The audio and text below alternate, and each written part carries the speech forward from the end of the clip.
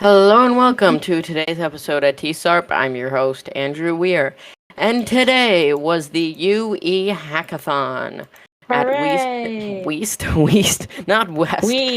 Let's go Weez, East guys. Williston today. And it was great. I mean, the live stream went great. It was the first time a hackathon has ever ended in a tie, so that was interesting. We were just sitting there. We were hoping for a tie. And as you all probably know, our co-hosts are Sam and Steven. Hi, Sam. Hi, Steven.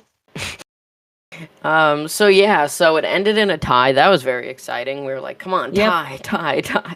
And it did. So they had a 5-minute overtime. And in that time, the tie between the Coding Legends and Shelter Rock Storm broke. And Bayville Intelligence Agency somehow went ahead and they won. So that was very interesting. Even though Shelter Rock held the number one spot for such a long time, it just got taken away from them by Bayville. And yeah, I mean, Bayville held a ton of the inner territories. They held 3 out of 6, I believe, so a whole half of it. So that's very impressive. Every quiz had been taken. Every quiz someone got. There was a lot of quizzes that were taken. You know, though there was one quiz that only 4 teams got, and like there was one quiz that 17 teams got. So almost all of them. I was gonna say that I did see some quiz areas, like the one all the way in the bottom left. That one had like 4 or 5, and then there was one where like every team got one. Yeah. Yeah, I wonder if there's different levels of intensity in some, and then like that one was like super easy. This one was super hard. You know what I'm saying? Yeah, it was definitely a lot, but all the teams there was by what I mean by a lot is there was 8 quizzes on the outside and 1 on the inside. So that's definitely a lot of quizzes for people to take over, but I mean, they did it. All of them were taken at a minimum by 4 teams and at a maximum by 17 teams. And there was 18 teams total. And Amityville was the only team to be completely wiped off the board with their CDP being taken. So they had 0 points by the end. But yeah, I mean, everyone did very well. Everyone worked hard, you know. And I mean, it teaches you how to work as a team, and that was great. But yeah, sadly, ESM, Eastport South Manor, had to leave about like 10 minutes before the end of the hackathon. Before the end of the first end. There's 2 ends. So yeah, I would like to thank everyone who watched the hackathon, our live stream of it. It was great. I think we peaked at 117 viewers at one time and was at an average of like 88. But yeah, so there was a lot of viewers, definitely a lot more than last time. Steven did a great job making everything work, you know, we did a lot of prep beforehand, but when something would break, he would quickly go there and fix it. The microphones audio was actually good, you know. There was, of course, the background noise, but you could hear us very well. But then at times the microphone stand would just break and Steven would have to quickly fix it. But yeah, I mean, that was mostly just because the tables, how they were made, you know, the microphone stands just didn't hold well to them. Mm-hmm. But yeah, so it was all very cool. There was East Wilson did a amazing job of the gym. They had the huge projector and the 18 tables, and they had a bunch of snacks and food in the back. So it was really great, a ton of fun, and we also had the other students that joined us, so they were really cool. I think they had some coding knowledge, which was good. Yeah. So they kind of knew what we were talking about, and you can go look at the live stream. It's still up on the YouTube channel. I'll link it below. So yeah, I think it turned out great. We did a lot of interviews. This time you could hear the interviews pretty well from what I know.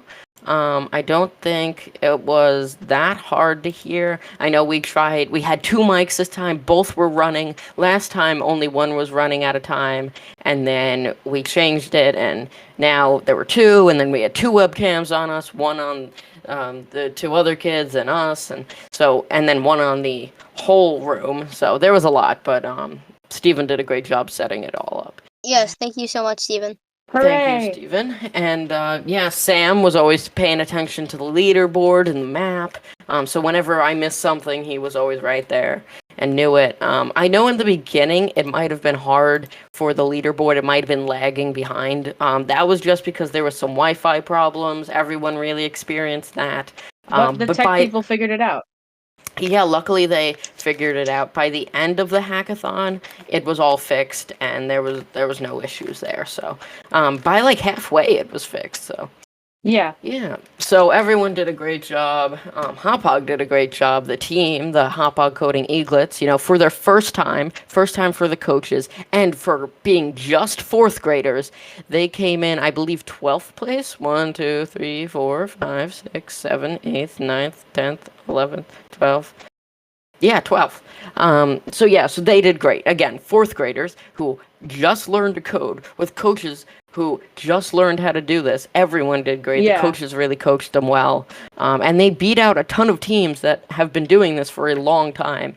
And they stayed up at the top for a long time, but, slowly got knocked farther down.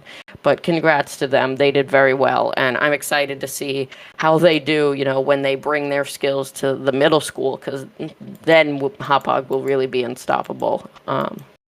So it was a great day.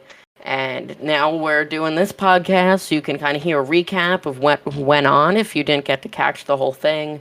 So the interviewers were us. We were the interviewers. The interviewees were Mentor Melora, Miss Thompson from Hopog, one of the Hopog UE coaches, the Dom King. I'm trying to think. Oh, yeah, and Shelter Rocks coach and Muncie Parks coach. Who else? Who am I missing here? Is that pretty much everyone? Yeah, right? I can't remember, actually. I think it is. I think that's everyone. I had to remember there, but yeah, so that was a ton of fun. We interviewed a bunch of people. So, yeah, so it was all, it all worked out very well. Also, during the Melora interview, she talked about some of the things that might be brought to the table for the high school hackathon, because through the grapevine, we heard, I believe that this came from Dev, but it was passed through a bunch of people, but a long time ago, we heard that somebody at Kidoyo said that the high school hackathon could either be loved or hated. So that was quite something. So we wanted to hear a little more about that, so I asked Melora about that. And she basically said, they've been working on some stuff to, kind of change up what a feature, And so I'm excited. It has to do, she said, with the Python 3 editor. So that's exciting. She said something about a library. She was trying to give us some, sneak info, yeah. I mean, we're very excited. We got the new sticker, too. It looks awesome. I put it in my collection. And yeah, so it was a lot of fun. Steven, what were you going to say? I was going to say, also during the Melora interview, we, I asked the question, and we found out that the Kidoyo team is trying to get people to book mentors so there can be summer stuff, Yeah, so Stephen asked about summer camps, which we talked about within the dev interview for 100. And basically what he said was, summer camps are hard to do because ever since COVID, college campuses don't let a lot of people in to do stuff. And it's just, since COVID, it's become harder. But they said that they are working on something. Nothing like a summer camp. But also that they want, like, schools, they could use the book your own mentor feature, and then you could have, like, a school do a summer camp, but at their school and only for them. So I think that would be cool. Hopefully that's something we could talk to Hotbog about and get that going here so we could do that. Yep. Be really cool. That would be fun, yeah. So that was a good question, Stephen. Originally, I was like, oh, well, we already asked Dev, but then we got some more info about that, so that was cool. She mentioned some other school districts that do that, and I know from Twitter we've seen that other schools have put out things about their schools doing it, and we've been excited. We're like, we should do that. So hopefully that could happen, something like that. And, yeah, I mean, it was a great day all around. News 12 was there. I got interviewed by them. Then they did a big, like, they filmed us, like, doing the live stream, for, what is that? Is that B-roll or A-roll or one of those roles? And we were all in it, so that was cool. And I think they interviewed Melora, possibly, and, people from, like, the whole room, so that was also cool. Yeah. So before we end off today's episode, you guys want to share any final thoughts?